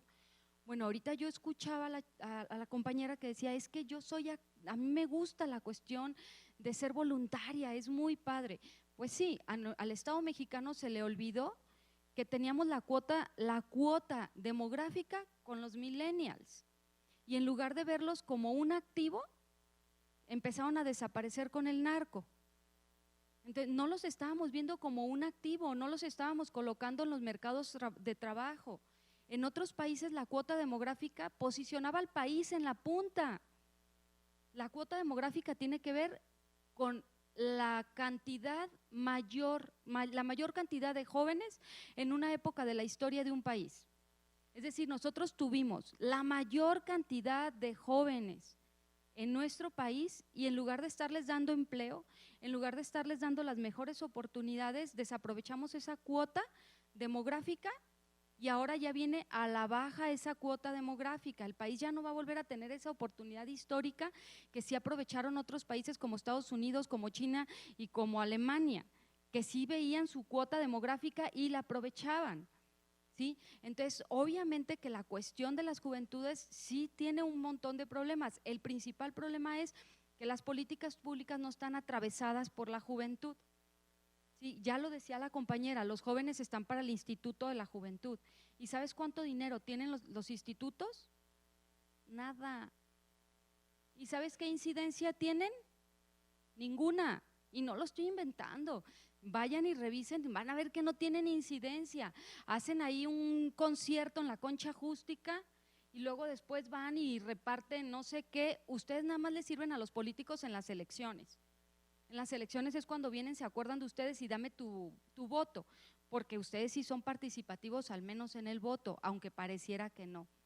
Esta generación millennials y centennials viene un poco remasterizada y sí está al tanto de las cuestiones públicas. Entonces los políticos vienen y te dicen dame tu voto y después se olvidan de ti y te dan el Instituto de la Juventud para que ahí te diviertas haciendo conciertos en la Concha Acústica. Y yo creo que es más profundo, yo creo que es mucho más allá que solamente eso. O sea, la política en México respecto de las juventudes no es transversal, no los están abrazando, no les estamos dando la seriedad que requiere la cantidad de jóvenes. Ustedes representan el 33% de la población, el 30% de la población, pero también son uno de los sectores más empobrecidos. Chequen, O sea, y ya lo decía el compañero, si ahora ustedes tienen dinero, ustedes no tienen, sálganse de la casa de sus papás a ver de qué viven. O sea, realmente es un sector empobrecido. Y si a eso nos vamos, son también un sector que tiene problemas con la seguridad social. Si tú ahorita dejas la universidad, tú ya no tienes acceso a la seguridad social. O sea, son muchas las problemáticas que en 6 minutos no podemos resolver. Claro, tampoco quiero ser tan hater y decir que todo está perdido con ustedes. Lo único que estoy diciendo es, no es fácil y no la tenemos fácil en México, en un país adultocéntrico, en donde las políticas públicas no tienen transversalidad de juventud y en donde solo sirven en el discurso para jalar votos en elecciones. Como la tienen muy difícil, en mi perspectiva de lo que tú dices es, no tienen de otra. O se despabilan y se quitan la modorra, o los adultos vamos a seguir haciendo de la nuestra. O se despabilan y se quitan la modorra, o los gobiernos van a seguir haciendo eso de, ay, sí, tienes una cuota, pero te la voy a aplicar como a la mujer, vete al municipio donde no vas a ganar, vete a la diputación donde no vas a ganar, o vente de suplente y así cubro mi cuota. O sea, cuando digo te despabilas y te quitas la modorra, quiero decir que no tienes de otra que entender tu problemática y actuar en sentido de ello. ¿Sí? ¿Cómo puedes actuar en sentido de ello? Pues de un montonal de formas, desde la organización, de la organización real, o sea, es decir, desde grupos organizados. Si ustedes ya tuvieron un ejemplo aquí con Kumamoto que intentó organizar, que intentó decir desde las juventudes podemos hacer algunas cosas, es claro que desde la sociedad civil organizada se puede, pero también en la individualidad. Hay que estar al tanto de lo que hacen los estados, hay que estar al tanto de la cuestión de transparencia. Ya tenemos, les decía yo, no es suficiente la ley, pero es muy importante. Sí, porque en otros escenarios no tendríamos ni siquiera la posibilidad de llegar y decirle al Estado, hey, tus cuentas claras. Ahora mismo, si ustedes quieren saber cuánto gano yo en la universidad, ustedes pueden entrar a transparencia y ver todo lo que la universidad me paga. ¿Pero quién lo hace? Mis alumnos de la UDG me dicen, oiga maestra, ¿cuánto gana? Ah, cabrón, pues ¿cómo vienes a preguntarme cuánto gano si ahí está en la página web de la universidad? Si fueras un chico interesado, ya hubieras entrado y ya hubieras visto cuánto estoy ganando y cuánto gana cada uno de los que trabajamos en la universidad pública, ¿no? Entonces, creo que desde ahí podemos empezar. O sea, no todo está perdido, yo creo que hay muchas formas de integrarse en la gestión pública. Yo creo que el principal problema puede ser que sean ustedes mismos, en el sentido de que si ustedes no se involucran, no van a darle un hasta aquí al Estado, no van a darle un hasta aquí a los adultos. Y no insisto, no quiero que estemos peleados con los adultos, efectivamente la experiencia de los viejos siempre sirve para los nuevos y la juventud y sus ideas nuevas siempre sirven también para los viejos, pero lo que sí tenemos que entender es que a ustedes les tenemos que dar un pase y un tránsito natural, un tránsito sin golpeteo. Si no tenemos que golpetear su espacio en la gestión pública, si no tenemos que ponerles el pie con formas para seleccionarlos al interior de los partidos, en donde tengamos que tomar en cuenta, por ejemplo, la experiencia, porque luego pasa lo que dice la compañera, oye, no manches, pues me quieres contratar, pero no tengo experiencia. O sea, tenemos que cuidar. Y ustedes son los responsables de vigilar eso, que los partidos políticos vayan en la medida de lo que ustedes exigen. A ver, ¿cómo vas a seleccionar a tus candidatos? La experiencia es buena, pero no debería de ser la única razón, porque el conocimiento también puede igualar a la experiencia. No necesariamente tenemos que ser viejos para tener el conocimiento suficiente. Con que ustedes tengan conocimiento que obtuvieron de calidad, pues pueden igualar a la experiencia del mejor diputado o del mejor presidente. Entonces, vigilar esos espacios de qué hacen los partidos, esa es una, ¿no? La otra, pues empezar a exigir, a ver municipios, ¿dónde está el servicio civil de carrera? Que garantice lo que toda la vida y desde hace un siglo Durkheim ha venido hablando, la burocracia desde la meritocracia. Si debe de ser la burocracia desde la meritocracia, entonces no podemos seguir pensando en cuotas políticas porque ayuda en campaña.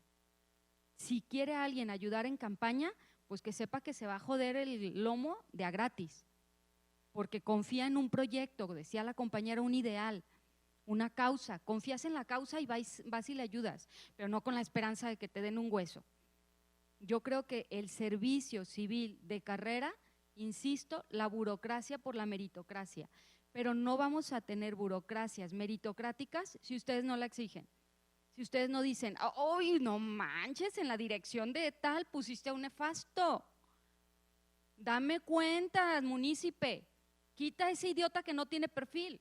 No lo hacemos, no sabemos ni quiénes están en las direcciones de los ayuntamientos. No sabemos ni siquiera quiénes son los asesores de los diputados. ¿Sabes a quién ponen de asesores? O sea, que quieren beneficiar. Fíjate, chéquense el juego brutal en el país. Estamos contratando diputados para que legislen, pero como no son abogados o no son egresados de política pública o ciencia política, tenemos que pagar para que los asesoren, ¿sí? Pero como ellos contratan gente que los asesora, que no tienen buen perfil, entonces sacan leyes que después nos obligan a nosotros a ampararnos contra esas leyes por inconstitucionales. ¿Sí ves el absurdo del absurdo? Entonces, ese tipo de cosas no deberían de estar pasando. ¿Por qué están pasando? Pues porque nosotros, ustedes como jóvenes, están solamente pasivos. Si ustedes empiezan a tomar la idea del ciudadano activo y la idea del ciudadano con sujeto de derecho, o sea, yo soy un sujeto que tiene derechos, Estado deja de verme como minusválido, porque ni soy un ser, imagínate tú que adolescencia significa adolecer. O sea, qué ridiculez, ¿adolece de qué? No adolece de nada. Son seres humanos completos. Desde los 5 años somos seres humanos completos, 2, 3, 4, 5 años. Oye, a un niño de 3 años en una separación de divorcio, lo manda a hablar la corte para escucharlo. Si a los 3 años un niño ya tiene el derecho de ser escuchado sobre la paternidad y la maternidad, imagínense ustedes de 18, de 20 o 21. ¿Sí me explico? O sea, no todo está perdido, pero va a estar perdido en la medida en la que ustedes no se consideren ciudadanos activos, sujetos de derecho, y lo hagan y actúen en consecuencia, ¿no? Mariana, antes de pasarte la palabra, rápido en 15 segundos, le ofrezco una disculpa al público porque no vamos a tener tiempo de tomar sus preguntas, creo que, o espero, que les parezca que vale la pena escuchar estas participaciones que a mí me han resultado muy interesantes y los invito a seguir el consejo de Esmeralda y acérquense a preguntar si tienen dudas, ¿no? Pero lo haremos fuera del tiempo de la conferencia. Mariana, te cedo la palabra. No, tienes de aquí a las como 2:52 y ya después yo tengo que hacer unas cositas. Creo que se han dicho cosas muy interesantes, cada quien desde visiones totalmente distintas, desde cada quien su trinchera, porque nuestras trincheras todas son diferentes y está bien, porque creo que lo que nos hace buenos es que haya pluralidad. Cuando yo me refería a los institutos de la juventud, es que hace 20, 30 años las mujeres estaban en puras comisiones de mujeres.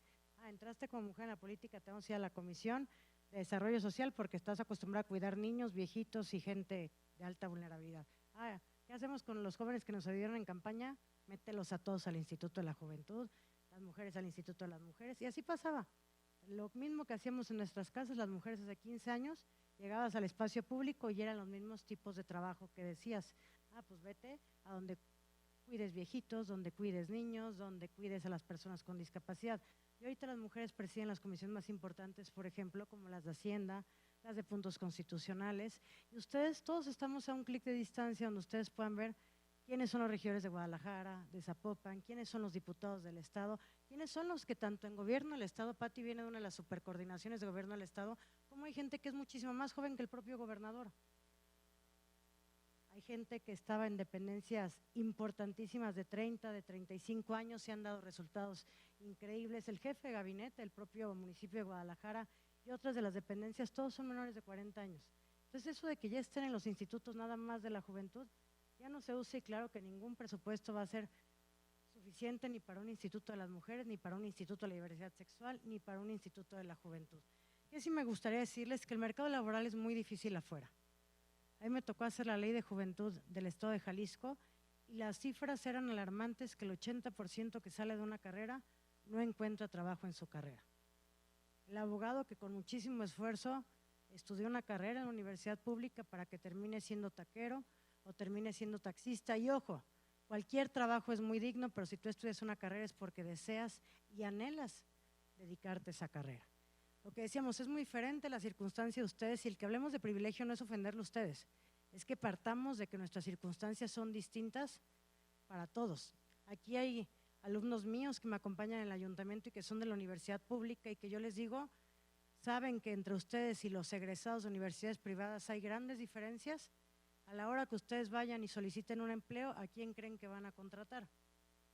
Si yo soy del CUCH, pues diría, ay, claro, a los que son egresados de la pública, pero en general cualquier buffet diría, pues voy a contratarlos de la privada por el networking, porque seguramente sus amigos son fresones y me los va a traer al despacho, por ejemplo. Estudiar en Harvard y ser el peor promedio de Harvard a una universidad de otro estado de Estados Unidos, ser el mejor promedio, pues mejor, siendo yo contratante, me quedo con el peor promedio de Harvard. ¿Por qué? Por quienes fueron con los que tú te relacionaste. Eso yo se los digo todos los días a mis alumnos. Tienen que esforzarse lo doble. Tal vez en la universidad pública faltan los maestros, y en la privada, ¿qué esperanzas que un maestro lo dejen faltar o que no tenga un suplente? Entonces sí es diferente cada circunstancia. A lo mejor en algunos momentos de ciertos grupos podemos hablar de lo importante que es la salud mental, y en otros estamos hablando de qué hacer para que en la colonia no te desaparezcan o no te levanten, pero al final todos son problemáticas de los propios jóvenes. Y la movilidad social, sí, claro que es muy difícil, pero es muy difícil desde el lugar donde nacemos. Volvemos a lo mismo, no es lo mismo si naciste en la zona norte, si eres indígena, si eres mujer, a alguien que nació en la zona metropolitana, que puedes ir a una universidad privada, que tiene resueltas tus cosas del día a día, pues claro que son problemáticas distintas. Es más, hasta en el tema de migración, pues hasta el tema de género implica. No es lo mismo como hombre treparte a la bestia, que treparte a la bestia siendo mujer y saber que tal vez serás hasta 5 veces violada de aquí a que llegues a tu destino final. Entonces, claro que nuestras circunstancias, de dónde nacemos y cómo nacemos, claro que definen nuestro futuro, y que no siempre todos llegan con éxito y que son pocas las excepciones, sí, pero también puedes llegar a cumplir tu sueño independientemente de dónde hayas nacido, pero sí te puede costar lo doble o lo triple a que si naciste en circunstancias con mucho más privilegios. Por ejemplo, en el tema de los empleos de jóvenes, pues cuando pides empleo te van a decir no tienes experiencia. Y en este país, primero no tienes experiencia, pero después pasas de los 35 años y ya te consideran adulto mayor. Yo que tengo 36, pues me asomaría en cualquier convocatoria de la zona centro de una nevería y ya nadie me contrataría, porque el límite de edad es de 18 a 35 años. Entonces, ¿qué hacemos de los 35 a los 70, que todavía somos productivos, cuando nadie te va a contratar? Hay un programa, y ahorita yo sé que esto es gente aquí muy educada y tolerante, hay un programa de gobierno federal que se ríen muchísimo, el de Jóvenes Construyendo un Futuro. Despectivamente siempre dicen, ya estamos hartos de mantener ninis, cuando ese programa es todo lo contrario. Hay gente con maestría que participa en los programas de Jóvenes Construyendo Futuro, porque tienes maestría y tienes doctorado y nadie te ha contratado en este estado, en este país. Entonces ese programa no se hizo para que estuviera en su casa, le llegara una mensualidad por no hacer nada. Fue un programa que se hizo con 400,000 empresas para que tú contrataras jóvenes, y ese salario, que no es suficiente, lo pagara el gobierno. ¿Para qué? Para que el joven tuviera una primera experiencia de un año laboral y pudiera llegar a pedir trabajo a otras empresas. Pero ¿qué creen? Ese es un programa que a mí se me hace hermosísimo, pero que tampoco estamos compitiendo con lo que está pasando en la delincuencia organizada. En la delincuencia organizada contratan 300 jóvenes cada semana en este país. Ya vimos, y salió una nota hace poco en Grupo Reforma, que son 178,000 personas las que están en nóminas, y que la mayoría son jóvenes porque no son sujetos los menores de 18 años a un juicio, o sea, no pueden estar en las cárceles, o los jóvenes siempre son la carne de cañón para la delincuencia organizada. Y la delincuencia organizada contrata más que Oxxo, ya contrata más que Bimbo, ya casi se le asemeja a Telcel, que es la empresa de las que más contratan en este país. Entonces sí es la realidad. Ojalá Jóvenes Construyendo Futuro tiene 2,5 millones de beneficiarios, pero cuando un programa de gobierno local, federal o municipal se va a asemejar a 300 contrataciones semanales que tiene el crimen organizado, y eso sí hay que decirlo con todas sus letras.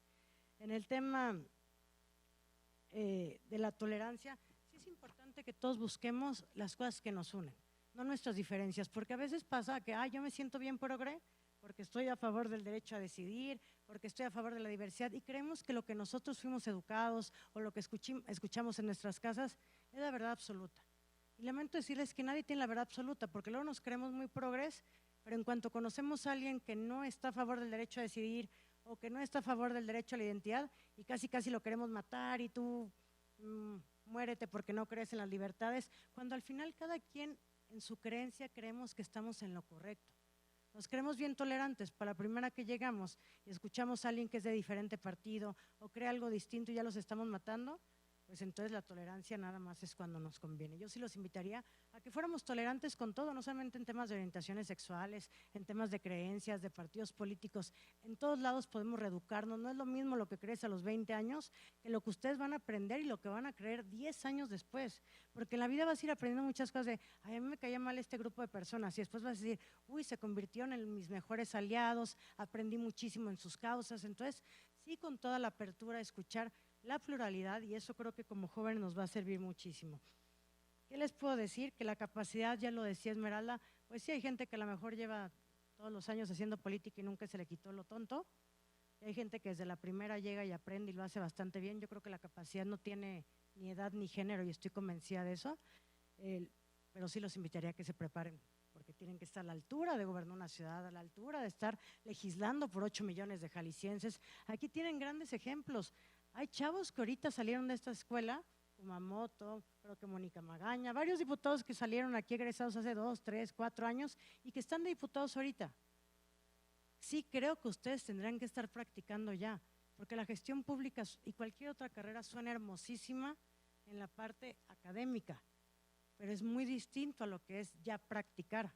Y eso le pasa, por ejemplo, cuando vienes de una organización civil, te imaginas que las cosas son de una manera y después llegas a gobierno y te das cuenta que, híjole, todo lo que yo quería cambiar, pues nada más pude una parte, pero qué bueno, estoy logrando cambiar algunas cosas. Entonces yo sí les diría, a ver, tienen muchos compañeritos de esta universidad que están en espacios o algunos otros que ustedes digan, quiero trabajar en un ayuntamiento, pues ¿con qué regidor me gustaría practicar? Ay, quiero el gobierno del estado. Yo les apuesto que gente como Pati Martínez está ávida de tener muchísimos becarios que aprendan, su servidora, porque al final hay muchísimas cosas por hacer. Y si empiezan a practicar, claro que llegarían con muchísimo más bagaje a decir, ya estuve en la campaña, pues no hablo de pegando calcas, sino ya estuve practicando, yo ya recorrí las calles, ya sé lo que está padeciendo Guadalajara, lo que padece Zapopan, lo que padecen los 125 municipios, entonces yo sí les sugeriría el practicar. Y mi último consejo que yo les podría dar, que nadie me pidió consejos, pero yo se los quiero dar, es que el cumplir un sueño siempre equivale a muchas horas de esfuerzo. Ya independientemente de las circunstancias en las que todos nacimos, sí equivale a esforzarte muchísimo más. El decir, empecé vendiendo dulces, empecé yéndome a practicar con alguien, el que ustedes quieran, pero al final sí equivale a trabajar más horas al día que el común denominador. Ahorita ustedes tal vez nada más tengan la carrera, pero pues las tardes o las mañanas úsenlas para irse a practicar, porque al final eso sí nos va a ayudar a que cada día estén más cerca de cumplir un sueño. Si quiera ser artista, quiera ser deportista de alto rendimiento, quieran ser políticos, pues al final sí tienen que trabajar muchas horas para cumplir un sueño. Yo lo veo con mis propios alumnos que mal no llega un maestro a clase y toman 2, 3 camiones para irse al ayuntamiento porque quieren cumplir un sueño de algún día llegar a ese ayuntamiento. Ustedes seguramente la mayoría tienen auto, pues perfectamente podrían practicar en la dependencia que ustedes quisieran.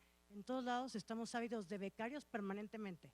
No hablo en un tema de campaña que se necesitan, ¿no, jóvenes? Que son necesarios para todos, pero también son necesarios para los temas presentes en las administraciones públicas, porque les digo, la visión de ustedes es muy diferente a la visión de cualquiera. Así que si quieren cumplir los sueños, no hay otra forma que no sea chingándole muchas horas al día. Muchas gracias.